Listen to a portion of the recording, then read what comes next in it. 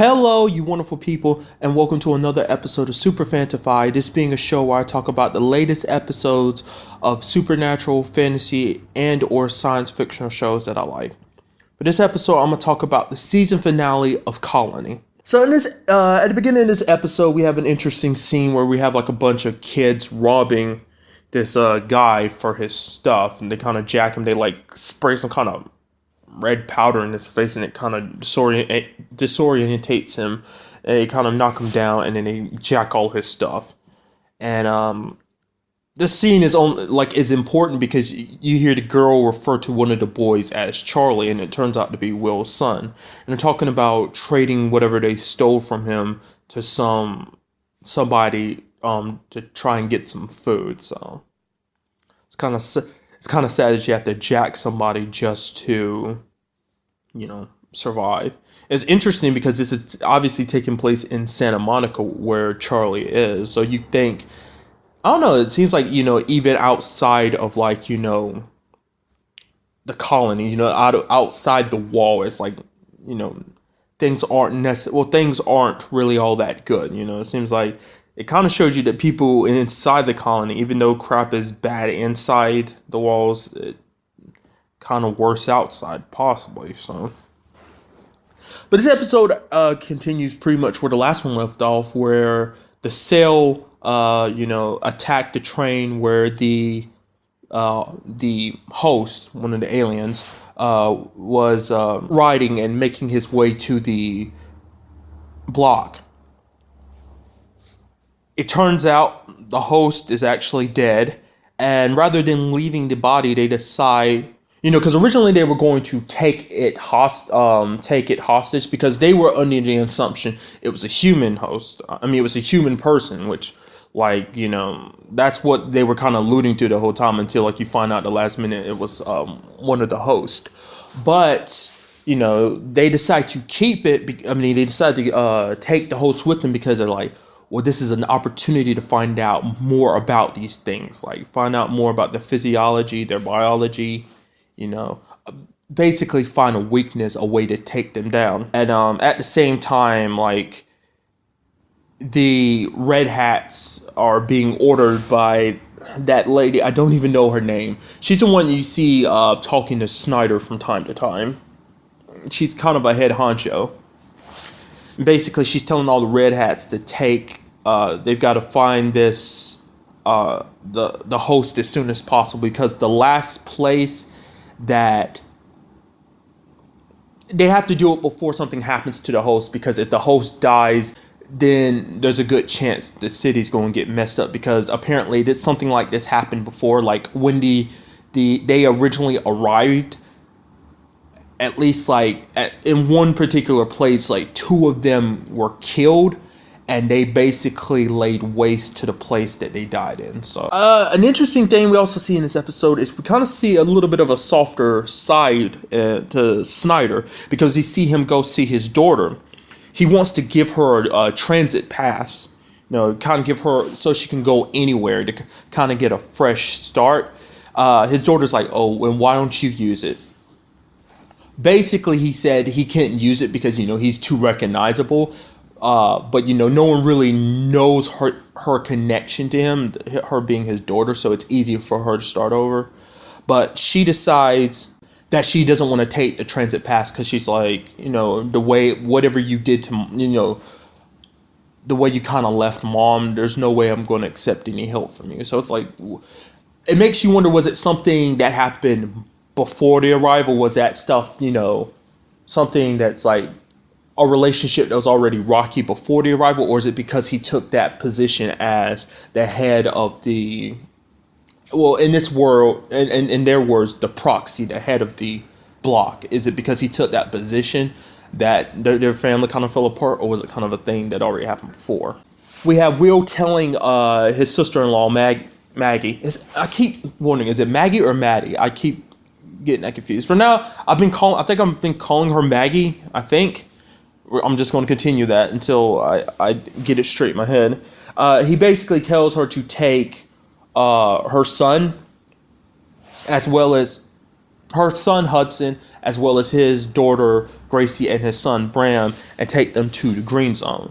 She tells Will that she's been working with that guy named Alan, the one played by Adrian Pasdar, that she's been working for. Which Maggie, takes the kids there. She makes her way in, but at the last second, Bram runs off and he goes off with his teacher. I kind of really don't know what they're up to. I got an idea. I just wasn't clear on what they really meant when I was like, we need to find out what's up there. We have Katie, like the wholesale, Katie, Richard, as well as those other three, trying to, skate through town, because they are being hunted. But they've got the host arm, which kind of acts as a tracker, covered up so the signal isn't being sent out.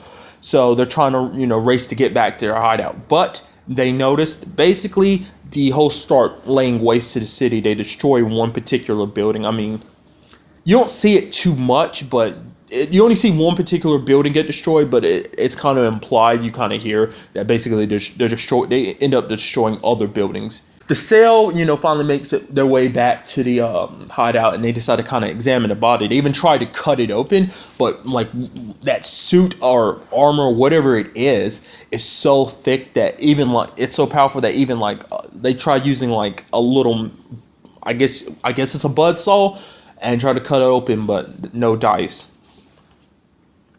They do finally start getting somewhere, because one of the resistance members like takes its hand and places it over that device, and it kind of pops off. But time runs out because Will calls up Katie and warns her that basically the Red Hats know exactly where they are, because he actually got help from Jennifer, which I thought was very interesting. He kind of let her in, quote unquote, the know. I kind of like that though, because Bo's not around right now, so it's kind of like she's stepping in that position to be his new partner. Makes you wonder, will Bo kind of come back or not, or is it he's just like permanently gone or not? But it's very interesting. They're kind of partnering up. She kind of saw the truth because she saw the security camera and saw that the person that was helping the resistance was Katie, but she didn't turn Will in. She actually helped them. Makes you really want to know why, though. I guess truth be told, is she's not all that interested in really necessarily serving, the host. She doesn't like necessarily being a collaborator, but it's just how things are. I guess because she also, it's his wife, so she's sympathetic, I guess. But, Will warns Katie, and Katie tells the others to go. They want to stay and continue examining the body, but she kind of, forces them to leave. Richard's about to stay, but she's like, just go. Will's there, and he stands with Katie, and they actually look at the host. This is his first time looking at him, obviously, too, and he's kind of surprised. So Katie leaves, and Will stays behind, waits for the Red Hats to show up, and they come and take the body. We have a very interesting scene in this episode, too, where Snyder goes to, Alan and tells him about, like, implementing that certain, taking that certain file. He gives him, it's like some top-class CIA file, and basically he's like, if you give this to a certain guy, tell him that give this to someone and they'll be able to implement, like, it'll be used to calm the host down, because it's something that a previous leader of another block, somewhere else, had used it to calm down the host when a similar situation had happened. And basically saying that guy, whoever gets this file, can use it to kind of put himself in a position to lead the block from now on. And Alan's a little hesitant because Snyder wants that, when this is all said and done, for him, Alan to help him get into keep somewhat of a higher position in all of this. Alan's like, I'll have to think about it. You're asking for a lot. Essentially what he basically did was, I think he basically took that opportunity to gain a higher position himself. It's kind of crappy on his part, but I guess it makes sense. I don't know. I'm still in the middle on trying to decide whether he's actually a good guy or whether he's a bad guy. But you know, that was a little early on. But later on, we have Snyder doing something very interesting. He gives Will that transit pass, the one he was going to give to his daughter, and he's basically like, Will, you better use it. You know, I kind of got kicked out of my position, so you better use it before, any things I've done are, revoked. Which is kind of like, that's very sweet of him. And it kind of makes sense. Even though he's been using Will this entire time, that's why he's always been sympathetic, why he's actually helped Will, is because, he's a father himself. So that's it's kind of sad. And you kind of see Will, he's like, even Will's kind of surprised. It's like, holy crap, you came through for me at the end. He's like, go find your son. And I was like, oh. So Will ended up, going off to Santa Monica. We have Snyder, in his office. He's like, oh, let me pack up my stuff, because the Red Hat's is like, sir, he's like, just give me a couple minutes. And then other Red Hats show up. He's like, you have to come with us. Honestly, I thought they were going to kill him. I thought, the moment he was there, Snyder wasn't going to pay attention. He was going to draw a gun on him. It's like, oh, this is how it's going to be. He's like, you know how it is, sir. And then kills him. Not unless they're taking him somewhere else to put a bullet in him. I don't know.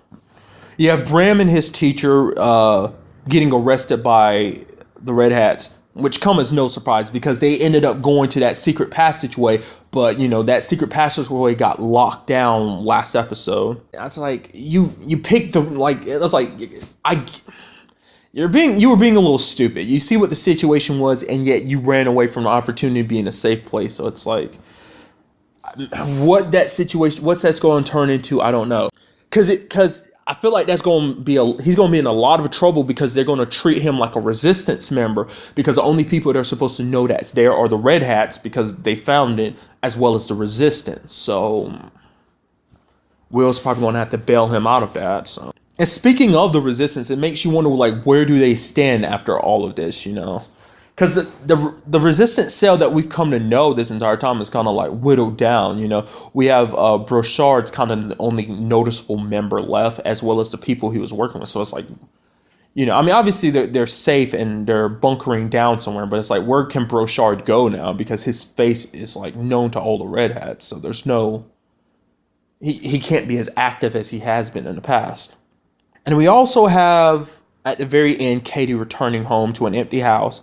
And there you see her being looked at through what looks like a security camera. So what is that about? Was that there the entire time and they just didn't know it? Or was that implanted afterwards? Could have been Jennifer put that there because she knew Katie, found out Katie was a resistance member. Or was that something, like I said, was that something there the whole time? I don't know. These are a whole bunch of questions that we won't, get answers to until the next season, which is coming out next year, 2017. But I'm super glad. I was hoping this would be one of those shows that shows you ahead of time whether it's getting renewed or not, and it was. So I'm super excited. I want to see where the show takes us. Because I'm curious to see if the next season is going to continue with these characters, or are we going to end up in a new block with new characters, a new city. Maybe they'll be the main focus, or maybe we'll just bounce back and forth between this particular block as well as what's happening in the other blocks. So that'd be kind of interesting to see. But that's really all I want to talk about in this episode. Till the next time we meet, be happy, be safe, live life to the fullest, and enjoy it. Good day and goodbye.